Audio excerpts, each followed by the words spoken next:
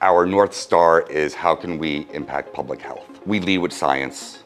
We are confident that our money can move them to a point where that drug will be further developed and commercialized for that disease. I see this as not only a credit risk, there's elements of life science assets, but we need people with that intellectual property background, credit risk background, and certainly financial services in understanding the different structures and models that we're putting in front of them. We're looking for a lot of different expertise, and everyone is a stakeholder. I would say think of it like you're investing into a pool of assets and think of it on a probability weighted basis. So even taking really conservative assumptions and looking at the success rates of clinical trials focused specifically on rare diseases, so phase 1, just based on the success rate probabilities, you should have successful exits. I help source and diligence assets for equity investments. 3 of those have gone on to multi-billion-dollar acquisitions by places like Merck, Novo, Sanofi. So I'm very confident that I can pick winners for what pharma is looking for.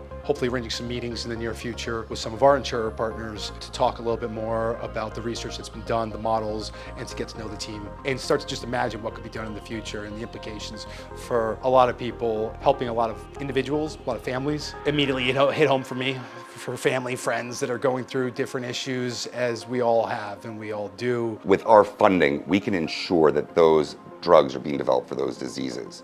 Yes, those drugs may benefit other disease areas, but we know that we're addressing the unmet medical need in those smaller disease areas.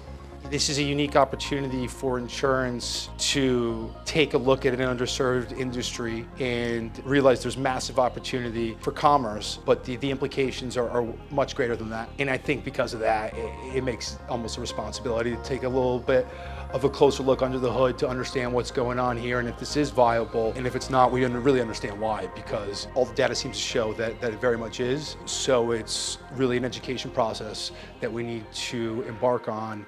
And that's what we're here today to start on today.